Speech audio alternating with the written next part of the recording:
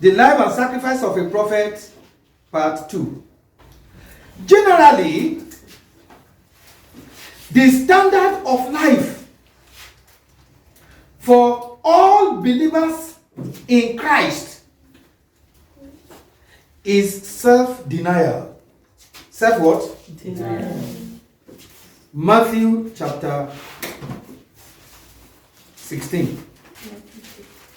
I read from verse 24. Then said Jesus unto his disciples, if any man will come after me, let him deny himself and take up his cross and follow me. This is what men of today don't want to do. They don't want to deny themselves of pleasure. Is it good to be pleasurable? Yes. Is it a sin to be pleasurable? No. But when you give your total life to pleasure and you don't have room for God, then you cannot lead a successful Christian life. God expects you to live your life in self-denial. So Jesus said, if you will follow me, deny yourself.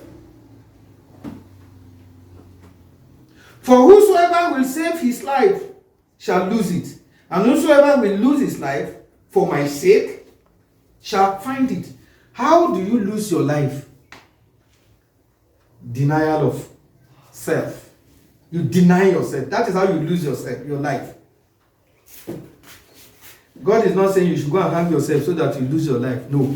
What God is saying, what Jesus is saying there is that deny yourself of things that you feel are pleasurable. Amen? Amen. That's what Jesus is saying. Deny yourself of pleasure.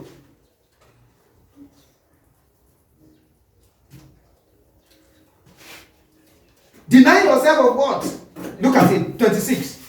For what is a man profited if he shall gain the whole world?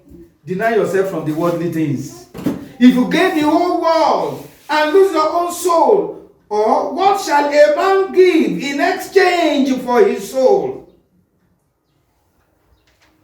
So when Jesus said deny yourself, it means you should deny yourself from things of this world, the gains of this world, which I told you in the part 1 of this message, that the world is not profitable. It brings death.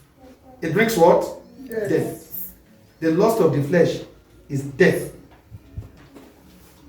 So God is saying, deny yourself. The Lord is saying to you, deny yourself of worldly things, things that are defiling. Because generally, the standard of God's calling for you is to deny yourself, self-denial. Mark chapter 8. Mark chapter 8, I read from verse 34. And when he had called the people unto him with his disciples also, he said unto them, whosoever will come after me, let him deny himself. Let him deny himself and take up his cross and follow me. So, Jesus Christ is talking to you, brethren, that you should deny yourself. So the call to a Christian life is self-denial. Not everything goes for a Christian, no. Paul said not everything is expedient to him.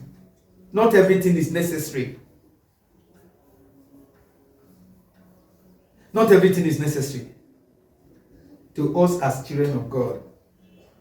Hallelujah. Amen. Denial in this sense is a total separation, total separation from defiling things. 1 Corinthians chapter 3. Let us read from verse 16. Know ye not, workers in the house of God, members of the impartation fellowship, know ye not that ye are the temple of God, and that the Spirit of God dwell in you?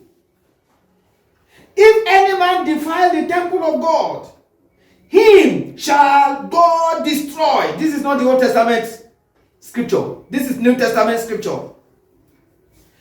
If any man defile the temple of God, your body is the temple of God, the temple of the Holy Spirit. If any man defile the temple of God, then him shall God destroy. For the temple of God is holy, which temple ye are. Let no man deceive himself. If any man among you seemeth to be wise in his own world, let him become a fool, that he may be wise. So God is saying to you, children of God, workers in the house of God, that you are a temple of the Holy Spirit.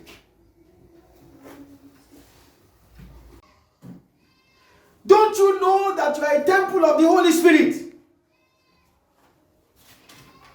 Don't be defiled.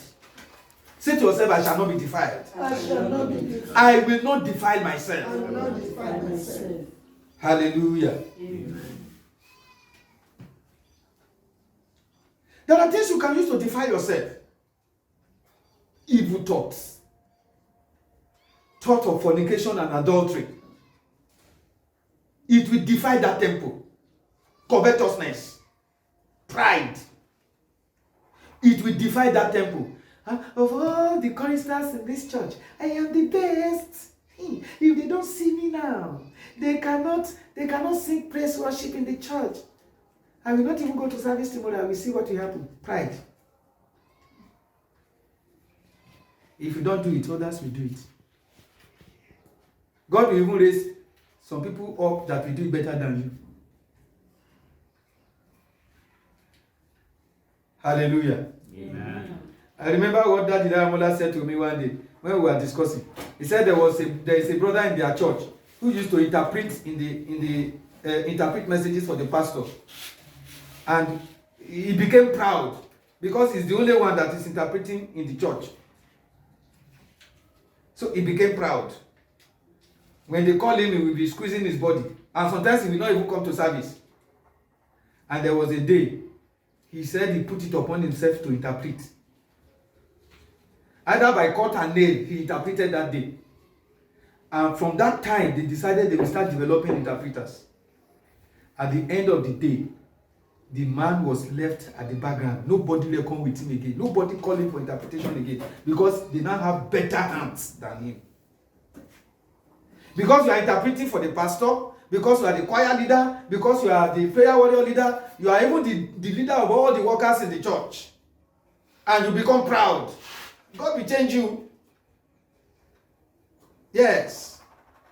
God will change you and put another person there. I pray God will not change you. Amen. But comport yourself. Keep yourself well. Don't defile that temple. Don't defile that temple. 2 Corinthians chapter 6. 2 Corinthians chapter 6 from verse 16. What agreement hath the temple of God with idols? For ye are the temple of the living God. As God hath said, I will dwell in them. You are the temple of God. I will dwell in them and walk in them. And I will be their God, and they shall be my people. Children of God, what agreement do you have with a girlfriend? What agreement? What agreement have you, a prophet, in a high office, a high calling?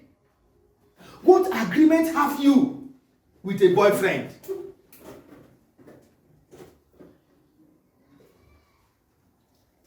Married men and women, what agreement have you with a concubine? When God is using you in a high capacity in the house of God, the Bible says, and what agreement hath the temple of God with idols? For you are the temple of God. He said, wherefore, come out from among them. That is how to abstain from the world. Come out of among them. What does that come out mean? Don't act the way they act. Don't do the things they do. Don't dress the way they dress. Don't talk the way they talk. That is how to come out from among them. Come out from among them and be ye separate, saith the Lord, and touch not the unclean thing, and I will receive you. If you do not touch the unclean thing, I will receive you. I will take you to myself. You will be my son. You will be my daughter. You will be my child, my people. And I will be a father to you. If you do not defile yourself, I will be a father to you. Ah, what a great privilege. If you do not join yourself with the unbelievers to do what they do, I will be your father. God says, I will be your father. If you do not follow the way they follow, and you decide to follow God, you decide to do the will of God, God said, I will be your father. And ye shall be my sons and daughters, saith the pastor. No. Is that what is in your Bible? No, sir. Eh? No. Okay, look at it. And I will be a father to you, and ye shall be my sons and daughters, saith the workers' leader. No. Eh? No. Saith who? The Lord Almighty. The Lord Almighty. The Lord Almighty says, I will be your father. If you can separate yourself, the life and sacrifice of a prophet, if you can separate yourself to me, give yourself to me, don't let anything defile you. Don't let anything chase away the Holy Spirit from your heart. Then I will be your father. Wow. Hallelujah. Amen. Now, generally, the Christian life demands total separation, abstinence from defilement, abstinence from similitude of evil. That is the standard for a Christian. Not a prophet now. A Christian, born again. The standard for him is he should abstain from defilement. Because a child of God is the temple of God. Hallelujah. Wow, hallelujah. Amen.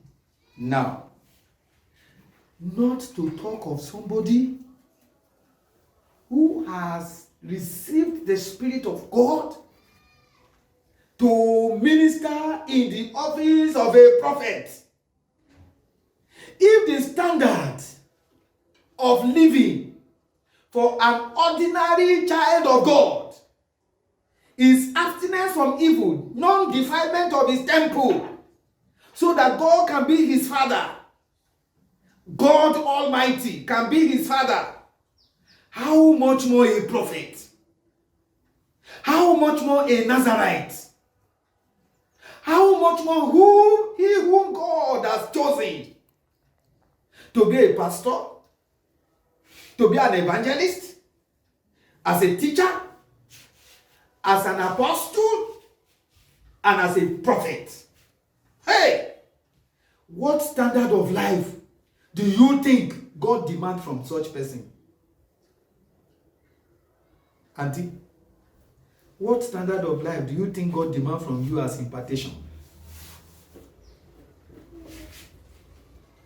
Don't you know that God demands a high standard of living from you?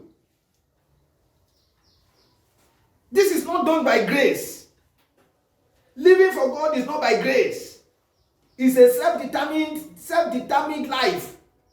You will determine in your spirit that this is the life I want to live for God. Determination is what you determine to do. God will not do it for you.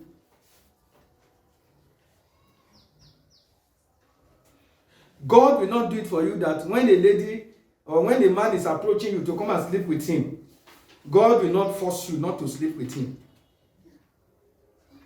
It is a self-determination in your spirit that I will not do it. Is it true, sir? Yes.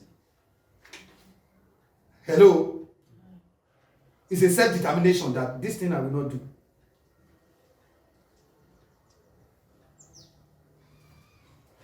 So you determine in your spirit that you will please God. So a prophet who is called of God into the office of a prophet, his life must be different. If God requires a standard of separation from defiling things from ordinary Christian, what standard of life do you think God demands from his prophet? What standard of life do you think God demands from the person that is the head of workers in the church? What standard of life do you think God demands from you as the wife of a pastor? What standard of life do you think God demands from you as the choir leader? And you members of Logos Pentecostal Church Impartation Fellowship, what standard of life do you think God demands from you? Why are you living a licentious life? I don't care kind of life. I can do what I like kind of life. Why are you doing that to yourself?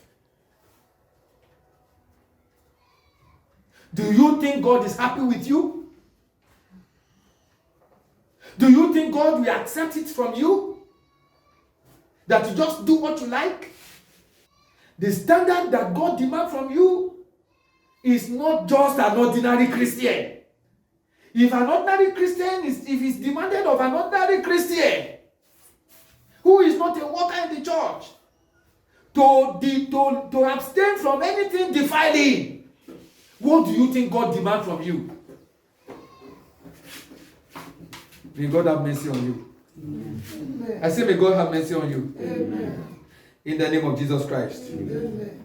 As a prophet, as a worker, a choir leader, a pastor, a teacher, evangelist, God demands from you to live a separate life. The work of rendering service in the house of God is a very hard work. It's a very what? Hard work. Hard work. But the life they live is even harder. The life they must live is harder than the work they do. Because the life you live can destroy your work. The life you live can mar your work. The life you live can put your work under question mark. Hallelujah. Amen. Wow. Hallelujah. Amen. A Nazarite cannot eat or dress anyhow A worker in the house of God cannot eat and dress anyhow. You must not dress like the people of the world. I taught you in part 1 of this message that a child of God should be moderate in all things. Children of God, why must you put worldly hairdo on your head? And the attachment you will put on will be as long as to your bum at the back. Is that godliness? Is that what God demands from you? Is that not lust of the eyes? Is that moderation?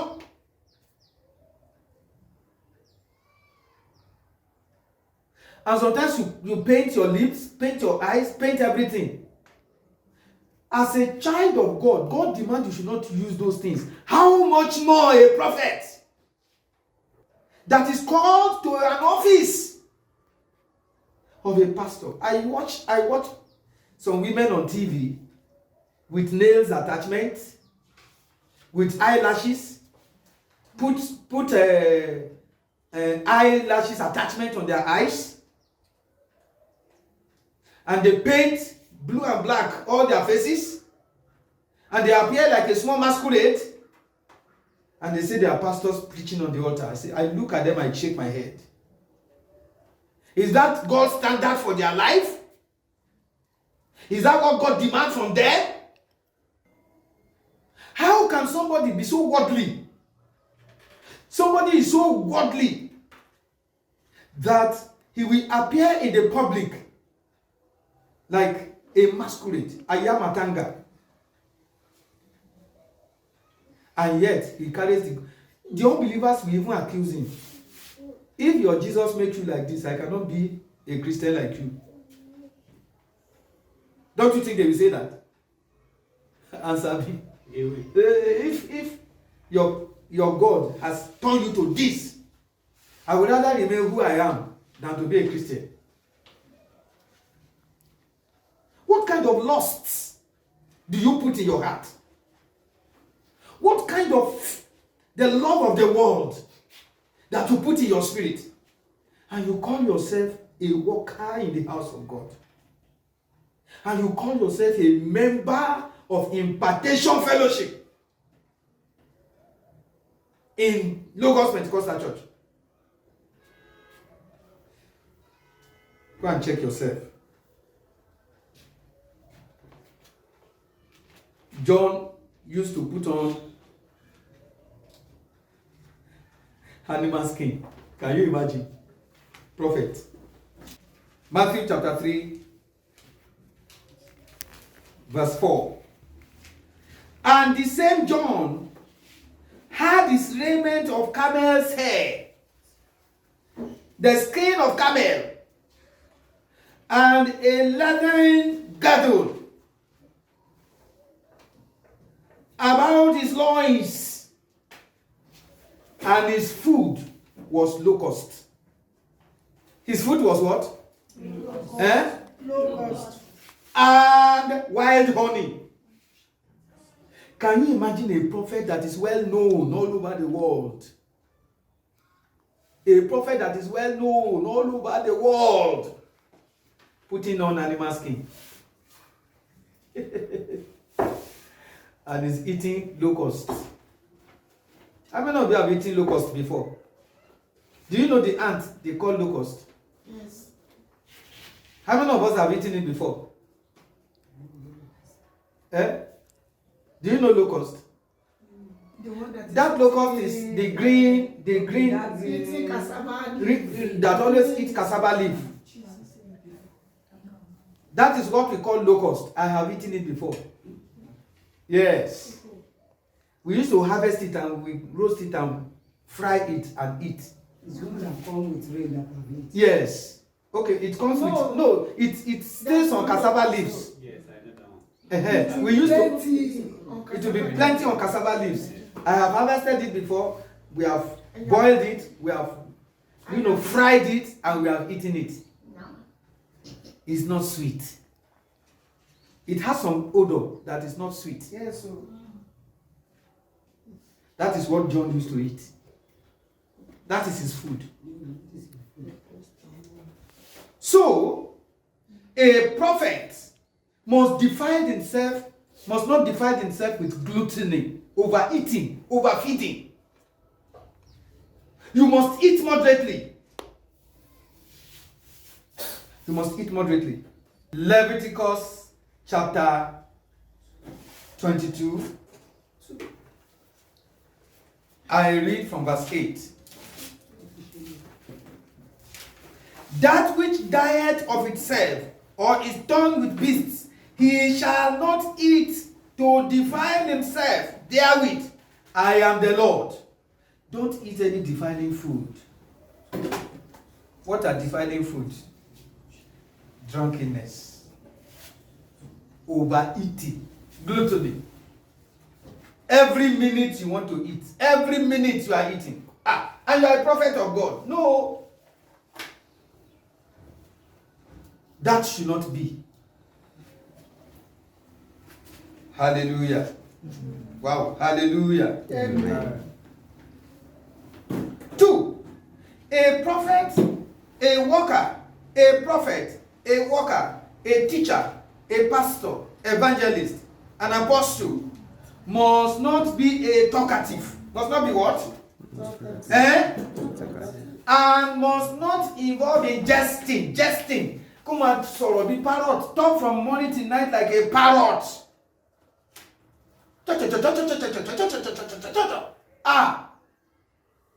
A member of the working crew must not be a talkative. Must not be a what? Let no jesting be part of you. Making jest shall make people to laugh and laugh and laugh. Jesting. Jesting should not be part of you.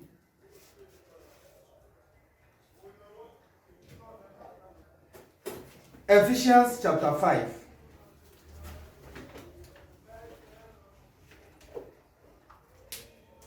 Ephesians chapter 5, verses 1 to 4. Ephesians chapter 5, verses 1 to 4.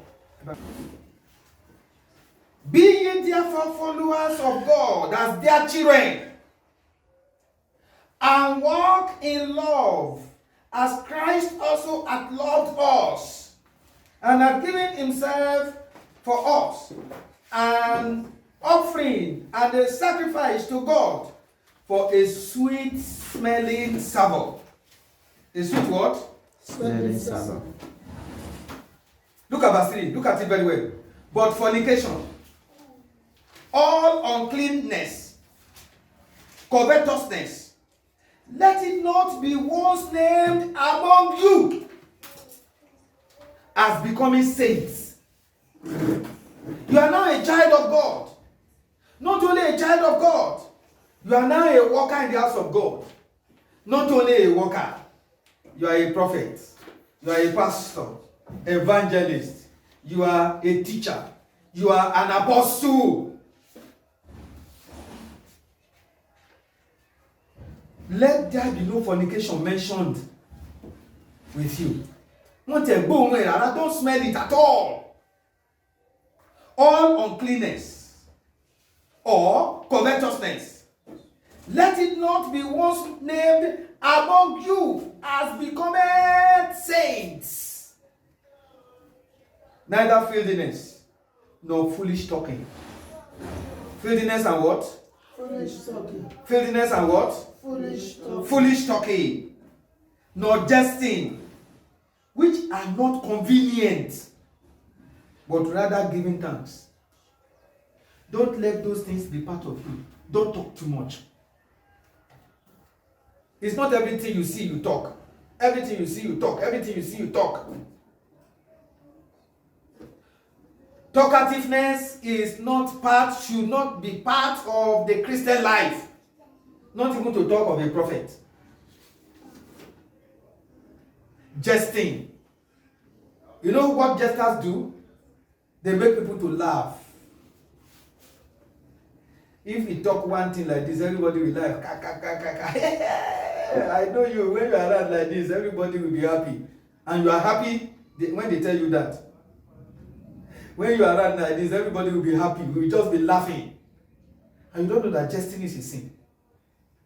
Jesting. Let it not be part of you. Proverbs chapter 6. I read from verse 16. These 6 things doth the Lord hate. These 6 things doth the Lord hate. Yea, 7 are an abomination unto him. A proud look. A proud look. You so much make yourself prideful. A proud look. A lying tongue. And hands that shed innocent blood. These are some of the things that God hates. Verse 19. A false witness that speaketh lies. There is no jester that will not tell lies. There is no talkative that will not tell lies. Because they want to embellish it to make people laugh. Then they start talking what they don't know.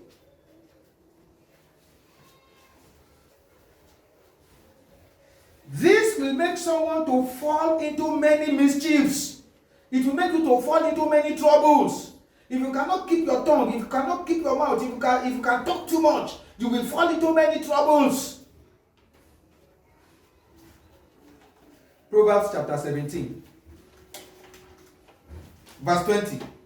He that hath a froward heart findeth no good, and he that hath a perverse tongue falleth into mischief. If you have a perverse tongue, talk, you will fall into many problems. Hallelujah. Wow, hallelujah. A man was just jesting in the bus one day. And as the boss was going, he started talking to his friend. He said, don't worry. Just come to my house. I have 10 million in my wallet. And he was just talking. A talkative. He did not know that there are armed robbers in the bus. A talkative. Talking anyhow. He did not know that there are armed robbers in the bus. And the armed robbers followed him. When he dropped from that bus, he entered another one, they followed him to enter. And they followed him till he reached his house. And they left and went back. In the midnight, they now came back. If you cannot keep your tongue, you will fall into many troubles. They now came back and said, Oga, you said it in the bus in the afternoon that you have 10 million in your house. We come and collect our own share. And he said, no, I'm just playing. I was just joking. No, you are not joking. No. You have 10 million. Go and bring our own. And because he said he was just joking, truly he didn't have the money in his account at home. He was just playing with his friend in the bus. And because he has nothing to give them, they now shot him dead. Foolish man. So you don't have money, you allow us to waste our time to come here. And you say you have money, so you don't even have anything. You go and get money in heaven. They just shot him and he died. Over talking will make you fall into many troubles. Hello? Yes. You are not hearing me. Hello? Yes. Over talking will make you fall into many trouble. If you are a talkative, you will enter into many trouble. You will not know when you will say your matter to the hand of him that will destroy you. You will go and report your matter to the person that will destroy you. Talkative. A prophet is not expected to be a talkative. You will discover that when you give yourself to the mountain, your heart will be closer to God. Your heart will be panting after God. Your heart will be thirsting for God. Hallelujah. Exodus chapter 34.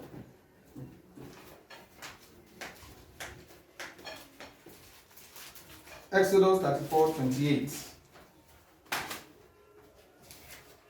And he was there with the Lord 40 days and 40 nights. Moses. And Moses was there with the Lord 40 days and 40 nights. He did neither eat bread nor drink water. Hey, 40 days dry fasting. Yay.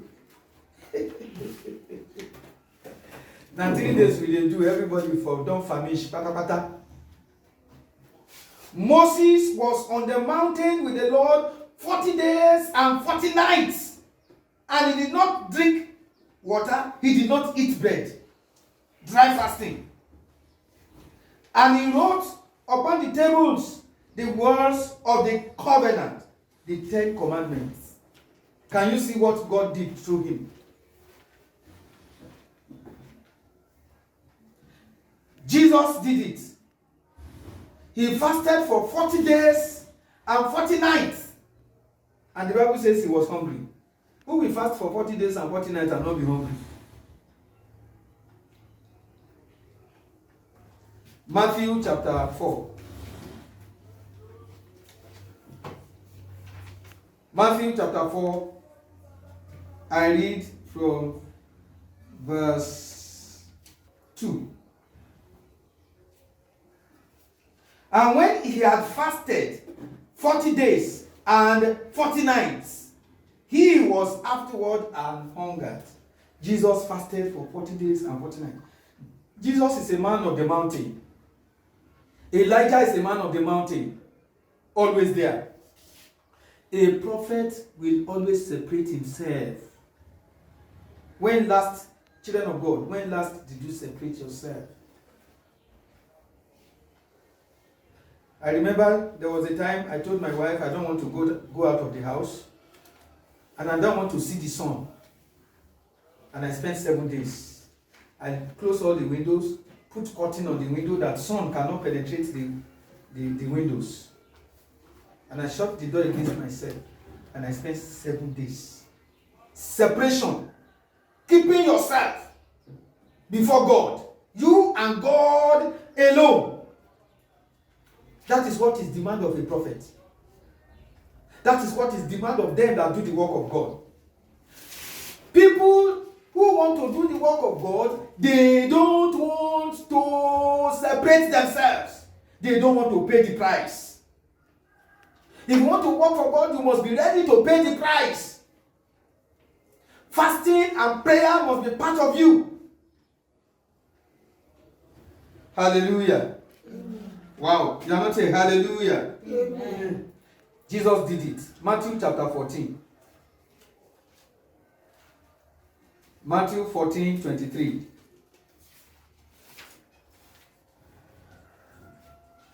And when he had sent the multitudes away, he went up into a mountain apart to pray. And when the evening was come, he was there alone. He was there how? Alone. How many times have you decided to be with the Lord alone? What are you praying for? To ask for the power of God. To ask for anointing of the Holy Spirit. To ask for grace to do the work of God. How many times have you done that? Mama Uche, how many times have you done that? Ask yourself. And say, you my children, don't disturb me. I'm in the room. Don't disturb me. I want to be alone. And you go and stand alone in the presence of God. And this, no wonder the Spirit of God is not using you as He's supposed to use you. No wonder. Amen. Mark chapter 6, verse 46. Mark 6, 46. And when he had sent them away, When Jesus had sent the multitude away, he departed into a mountain to pray. And when evening was come, the ship was in the midst of the sea, and he alone on the land. He alone on the land. He went alone to go and pray. When last did you go alone to pray? Not that I have problem, I want to go in the presence of God. Though. Not that I'm looking for a job, I want to go and hide myself to pray. Lord, I'm looking for admission, I want to fast for 7 days. That's not what I'm saying. But you went to fast and to pray because you want to do the work of God. Because you want to do the work of God. Because you want your office as a prophet to be well pronounced. Because you don't want the spirit of the flesh to use you. Because you want to do the will of God. How many times do you separate yourself? Jesus taught his disciples by taking them along with him to Mount Gethsemane. He taught them. Luke chapter 9, verse 28. And it came to pass about an 8 days after these sayings, he took Peter and John and James and went up into a mountain to pray. He taught them how to go to mountains. Some people says going to mountain is an Old Testament. It's an Old Testament teaching. It's an Old Testament doctrine. So why should we go to the mountain? Your room is your mountain. You can have your room. You can stay in your room as a mountain. You can stay in your room as a mountain. But Jesus took his disciples to the mountain top, to teach them how to pray with them. He took them there. Children of God, I challenge you. As a prophet, as a pastor, evangelist, teacher, apostle, learn how to pray. If you don't pray with the Lord alone, you cannot do the service of God. It's not possible. Except you will do some corny thing to act as if you are working for God. I've often said it. I said any church you enter that are not praying and studying the word of God, God cannot work with them. They are not praying and they are not studying the word of God. How will God work with them? 4.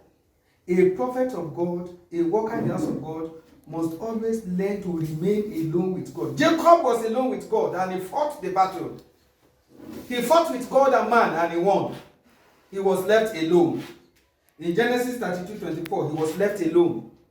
Jacob was left alone to fight with the angel of God. And he remained there alone. And God had his prayer. Daniel was with the Lord alone. Daniel chapter 10. Daniel chapter 10. I want us to read from verse 8. Daniel 10 from verse 8. There I was left alone. Daniel said, look at verse 7. And I, Daniel, alone saw the vision. For the men that were with me saw not the vision, but a great quaking fell upon them, so that they fled to hide themselves. Therefore I was left alone, verse 8, and saw this great vision, and there remained no strength in me, for my comeliness was turned in me into corruption, and I retained no strength. When you are alone with God, you will see visions. When you are alone with God, you will hear his voice. John in the isle of Patmos was alone with God. And there he received the Apocalypse. He received the book of Revelation. He was alone with God and he received the book of Revelation. And he started writing the book of Revelation. Alone. Revelation chapter 1 from verse 9. See what happened when John was alone with God. He said, I, John, was alone. I, John, who also am your brother. I, John, who also am your brother and companion in tribulation and in the kingdom. Companion in tribulation and in the kingdom. And patience of Jesus Christ, who was in Isu, that is called Patmos, for the word of God and for the testimony of Jesus Christ. I was in the Spirit on the days of the Lord, and heard behind me a great voice as of a trumpet. He was alone, and he heard the voice of God, and he started writing. Alone. I challenge you, brethren, when last did you stand alone with God? No wonder God is no more working with us. No wonder God is no more acting as he used to act with us. No wonder the Spirit of God is far away from us. I challenge you this hour. I challenge you this time. What kind of prophet are you? What kind of apostle are you? What kind of pastor are you? What kind of teacher are you? What kind of evangelist are you? If you cannot remain with God to hear from him. Praise the Lord. Amen. The Lord is good. A prophet and his comportment. Children of God, a prophet or a child of God that is born again must do this. One, you must dress moderately. You must dress to cover your nakedness. If you are a member of the impartation fellowship and God is using you in the capacity of a prophet, you must learn to dress properly. You must learn to cover your laps when you dress as women. How can you put on a skirt that will not cross your knees when you sit down? And you are squeezing yourself before you sit down in the church. Squeezing your laps together to sit down in the church. Or you use small handkerchief to cover your lap. What are you looking for? What are you running after? What do you want that you don't get? That you will be exposing yourself in the public and in the church. My father-in-law, Pastor Ogumola, used to teach us in those days that you must not expose your nakedness. He taught us that any dress you put on that will show the hair of your armpit, you must not wear it. In those days, when we are younger than this in faith, our fathers used to teach us any clothes you will wear as a woman that will raise up your arm and they will see the hair of your armpit, you must not wear it. Not even today that people wear clothes that show their breasts. People wear clothes that show their hips. And they say they are children of God.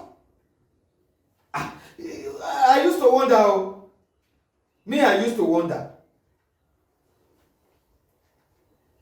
So as children of God in this place, that have made yourself workers, voluntary workers, not that they force you.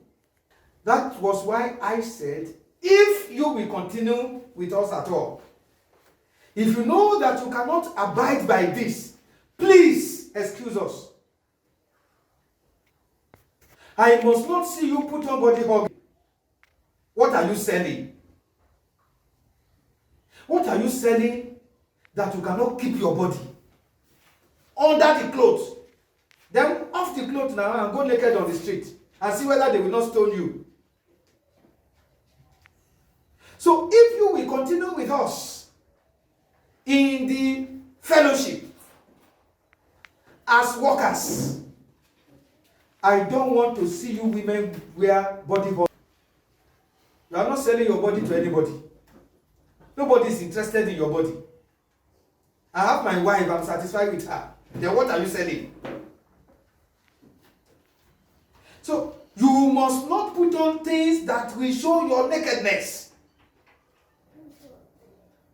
Why must you show your nakedness to the world? What are you selling? are you looking for? You want to show your beauty. That is what you are looking for. Whom are you selling your beauty to? Whom are you showing your beauty to? That somebody who says he's a member of Logos Pentecostal Church, a worker, a chorister, especially in the impartation fellowship, painting lips. Painting lips. And you have had it on the liberation ground. The evil painting lips have done to people. You had it in the deliverance. Children of God, don't defile yourself. Your comportment, your dressing, your talking, your mingling with friends, measure the word you speak. I don't want to see those dirty wares on your body. And you must be very, very careful. Hallelujah. Amen. Keep yourself away from excessive use of handset. What are you looking for? Instead of you to carry your book and read, instead of you to study your books, handset, online. What are you doing there? I will not tell you not to use social media, but limit it. It's too much. It will take your mind away from God. It will take your concentration away from God. It will not allow you to be used of God. It will defile your spirit. It will defile your mind. It will defile your heart. Stop it. Hallelujah. Amen. Watch what you eat. A glutton, alajeju, and surfeiting, alamupara, cannot do the work of God. They cannot be spiritually high. It's not possible. Even once in a while, deny yourself of food. Even if you will not eat in the morning and afternoon, you can eat around 3 p.m. Not because you want blessing, not because you want money, not because you want a promotion, just because you want to be effective in the work of God. Say, I want to deny myself for 1 week. I will be eating my meal 3 p.m. every day because I want to pray to receive more of the grace of God to do the service of God. That will be the best for you.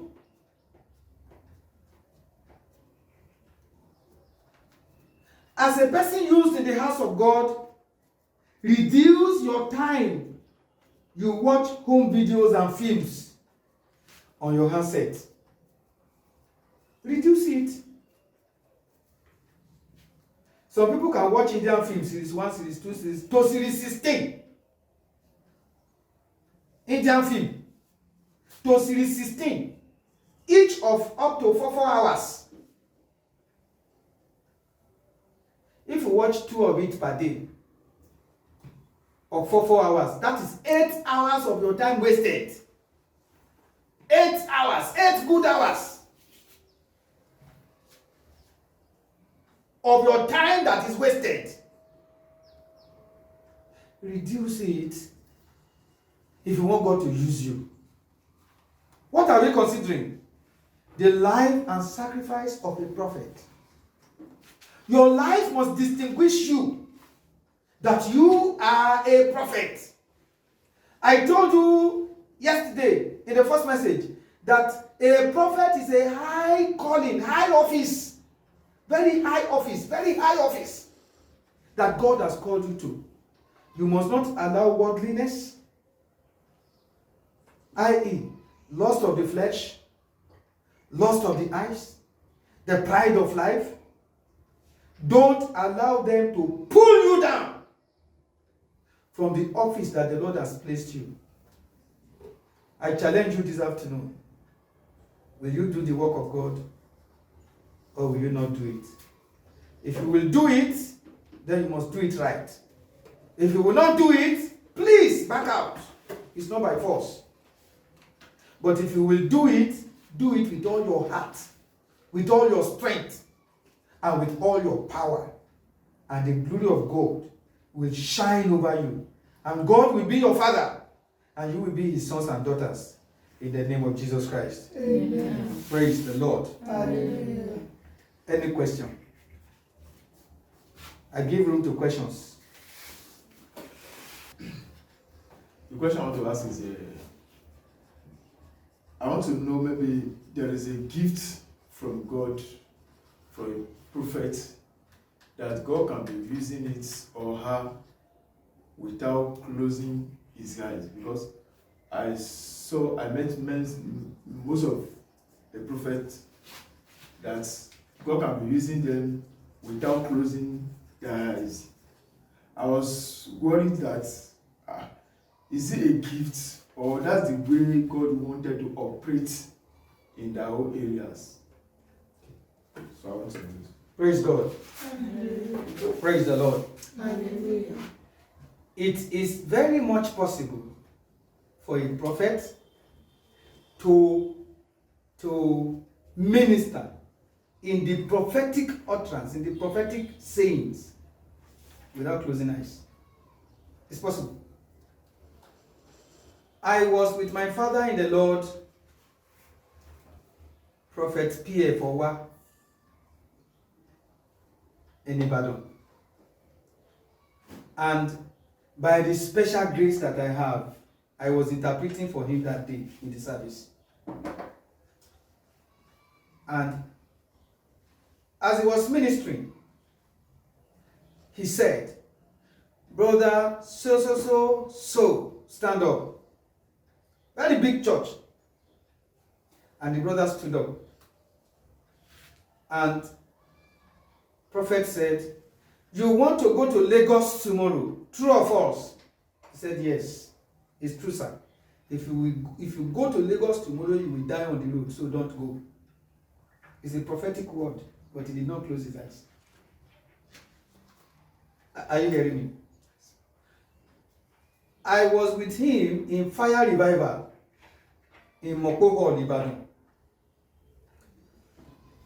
And by the grace of God that I received, I was the one interpreting for him with evangelist Jeremiah Ojo, JB Ojo.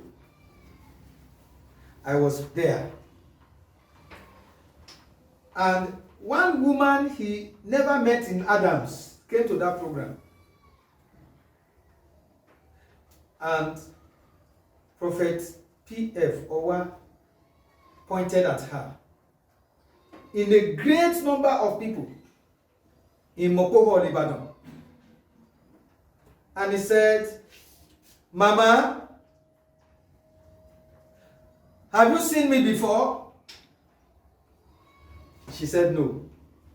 "Have you met me before?" She said, "No." "What time have you seen me?" He said, "Today." Said, "Mama, somebody died in your family. Is it true or false?"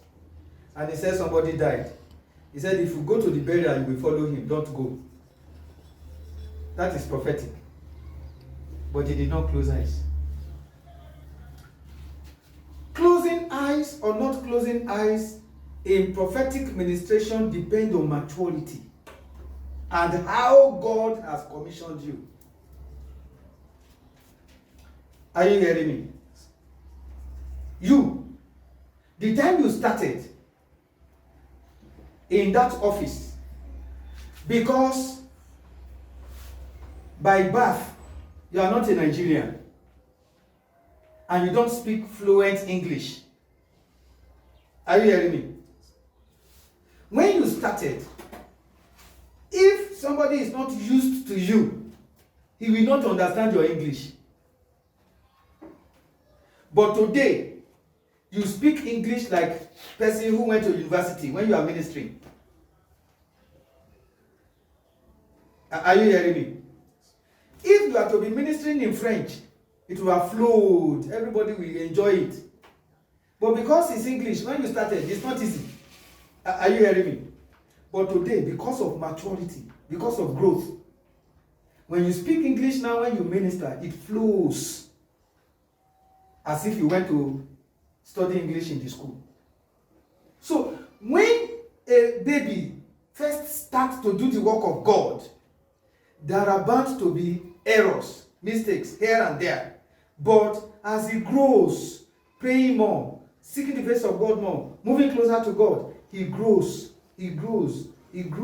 to a level that he can operate. Are you hearing me? I want to ask a question. Son, the issue of a prophet opening his eyes or not depends, one, on maturity, two, how did God call him, three, into which office. The level of faith, the level of communing with God, the level you hear from God, the level of faith. Are you hearing me? So the more you move closer to God, the more you walk with God. Sometimes you don't close your eyes, you see vision. Has it happened to you? It has happened to you? Yes. Good. Sometimes you don't close your eyes and God will just show you vision. The same thing. You may not close your eyes and God will give you prophetic utterance. You are blessed in Jesus' name. Yes? Daddy, I've heard them, some of the prophets. They do say that sometimes they pray at night and the Lord reveals things to them. When they come to the altar, they begin to speak it as prophetic to the people. Daddy, I don't know if it's right or it's not right. I will not subscribe to that is right. No, it's not right. When God reveals something to you, let the church know that this is a revelation. Oh, this is a dream. Are you hearing me? This is a dream, oh, this is a vision, oh. God spoke to me. I heard his voice. Not that to come and say, thus says the Lord. Because you saw somebody eating in the dream yesterday. Thus says the Lord. Somebody ate in the dream. Who are you? No, it's wrong.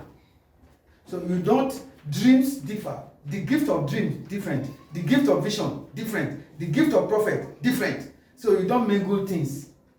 That amounts to exaggeration. And that amounts to misplacement of order. And it's not right.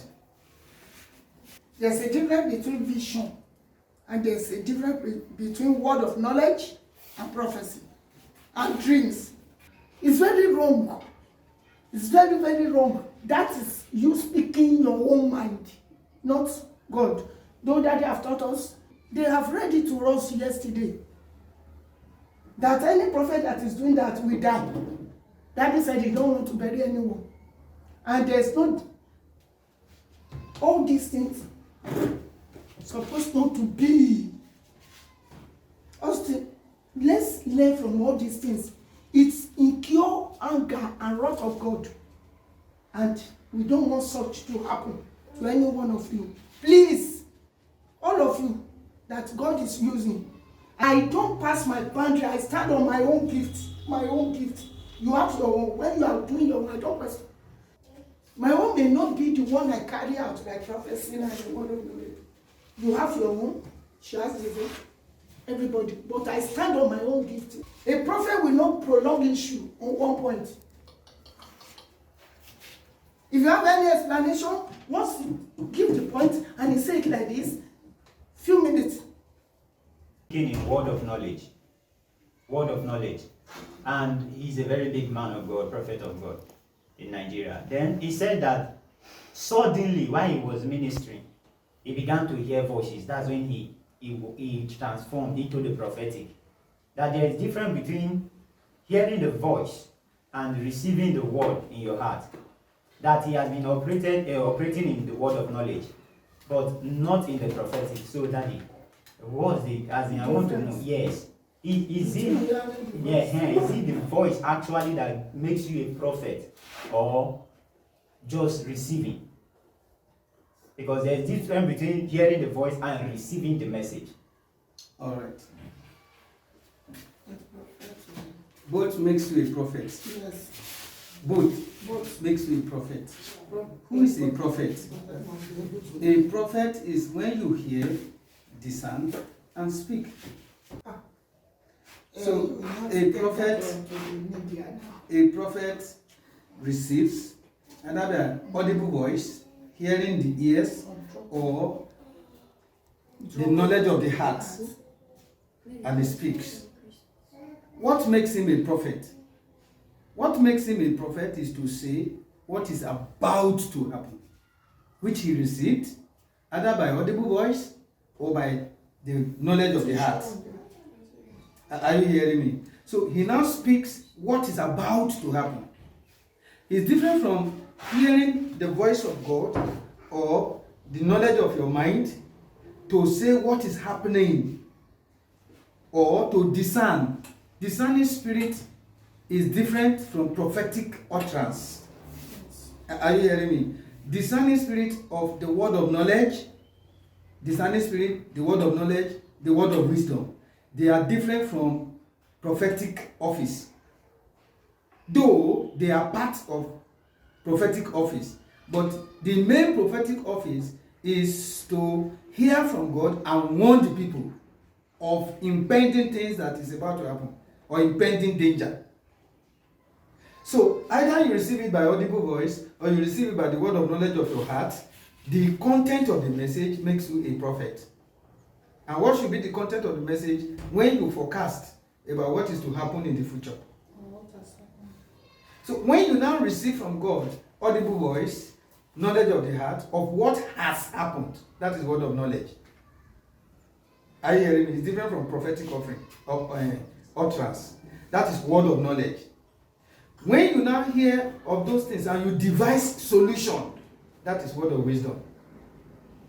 So that is those are the differences, and each of them, according to 1 Corinthians chapter 12, each of them have their peculiar gifts. You have the gift of word of knowledge, gift of word of wisdom, faith, miracle working, prophecy, tongues, healing. They are all gifts. Interpretation of tongues. They are all gifts. So each of them have their own offices where they operate. So a prophet can operate in word of knowledge and word of wisdom. He can hear audible voice. He can hear word of knowledge from his mind. Are you hearing me? So all of them join together.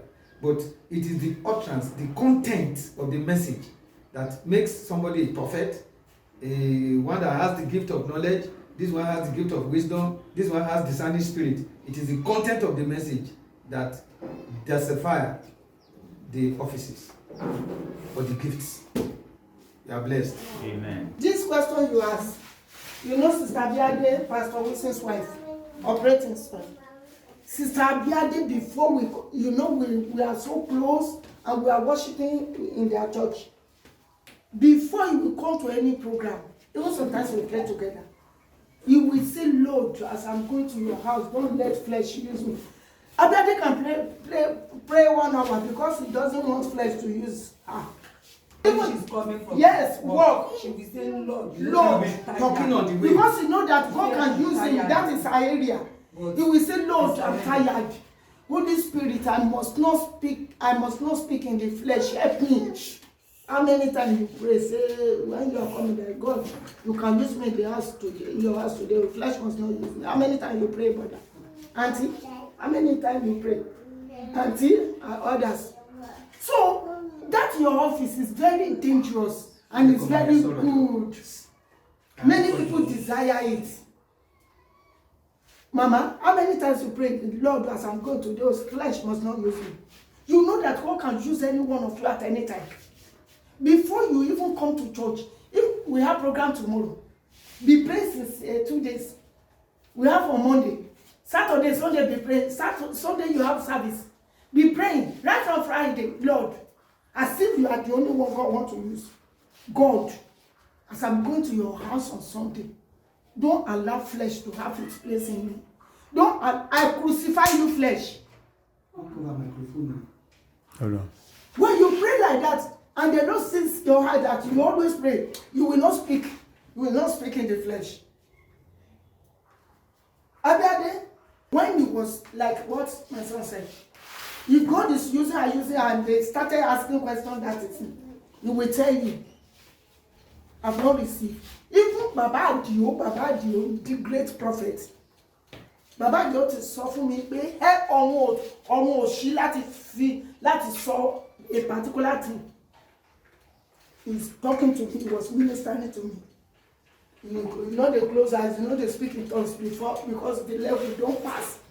It's a vision. Speaking in tongues before you say something, or you close eyes. And anything that he did not receive the message of God, we say, oh, what is she? Láti fi hàn mí. Heaven has not opened to show me. So, always pray. You give yourself to prayer and you will see that your administration will change. All of you. And yet, if you are listening to pray. Separate a time for yourself to pray. Because of the office you occupy. You know that all you prophets and prophetess, your office is different from visionaire. Yes. You don't know? Visionaire need to pray, but your own. I need to pray more. More. Thank you. God bless you. Praise God. So finally, brethren, for the fact that you must live a godly life, for the fact that you must abstain from fleshly things, all those things that can defile, for the fact that you must dress properly, the most paramount thing a prophet, a pastor, a leader in the church, choir leader. I've always talked to the choir leaders. Don't come and sing without the Spirit of God. When you sing without the Spirit of God, the people will not be blessed. I've often said it. And I want you always to sing in the Spirit. So whichever area you minister, are you an assistant pastor? Are you a leader of groups?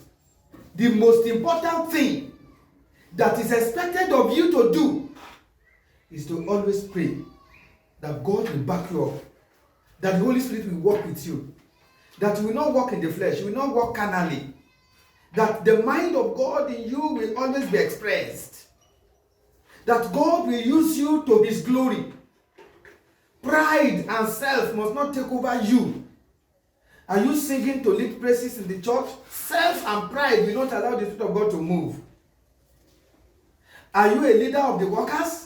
Self and pride will not allow you to be effective. Are you a pastor? Are you an evangelist? Self and pride will not allow you to be effective. How do you shut down flesh and pride? You shut it down with your prayers. And you will be praying, oh Lord, I am going to your house today. Help me to do your will. Help me. Let your spirit take over me. Don't let the spirit of the world, don't let the spirit of the flesh take over me. Oh Lord, help me. So when you have such mind in you, when you are going to the house of God, or you are going to a place you can minister, or you can officiate, you would have been praying even before the service starts. I remember in the time of old, when I newly got converted into the church where I got converted, I remember that when you enter the church, you don't talk to anybody. You go on your knees and pray until the pastor will say, let us pray, and start the service. But today, when we enter the church, it's just talking, laughing, before the service starts. How do you want the Spirit of God to move with you? Some of you often see me in the service by the grace of God. When I'm in the service, I concentrate on my Bible. And sometimes I open the Bible, sometimes I read my outline, and I will read and peruse, even when the service was going on, to put my mind in a place that I can minister to you. But if I allow those things to take over my heart, and I'm thinking of this, thinking of that, thinking of it, how will I be able to minister the Spirit to you? Because the Bible is not letter, it's a spirit. And if I don't put myself in a position to minister the Spirit to you, the word will not make meaning to your heart. That is why, children of God, when you are going to the house of God, when you are going to officiate, you know God can use you. You know God can lay hands on you. In the area where you minister, in the area where you officiate, I'm a praise worship leader, I'm a chorister, I'm an usher. Sometimes you are an usher, they will not obey you because you did not pray. You tell somebody to sit here, you will say, no, I'm sitting there. Because you did not pray. If you had prayed before coming in, an usher will direct and they will obey you. So you discover that in every area where you are ministering, the most paramount thing I encouraging you to do is to soak your work in prayers. Always seek the face of God. Lord, I'm going to your house today. Go with me. Walk with me. I will lead your people in praises today. Holy Spirit, take over. and you will see that your ministration, your ministerial life will change. The impact of your spiritual ministration will change. People will start to be blessed under your ministration. I pray that all of us here this afternoon, we are blessed in Jesus' name. Amen. I say we are blessed in Jesus' name. Amen. The work of God in our hand will not fall apart. Amen. The God of heaven will support us and increase us and multiply His Spirit upon us, that we will be able to do the work effectively in Jesus' name. Amen. So we are going to pray, Holy Spirit, never depart from me. Power of God, never depart from me. I want to live my life sacrificially as a prophet. I want to live as a prophet. I want to live as a child of God. Holy Spirit, take over my life. Pray as in the name of Jesus Christ. Make a promise to God that you will rededicate yourself.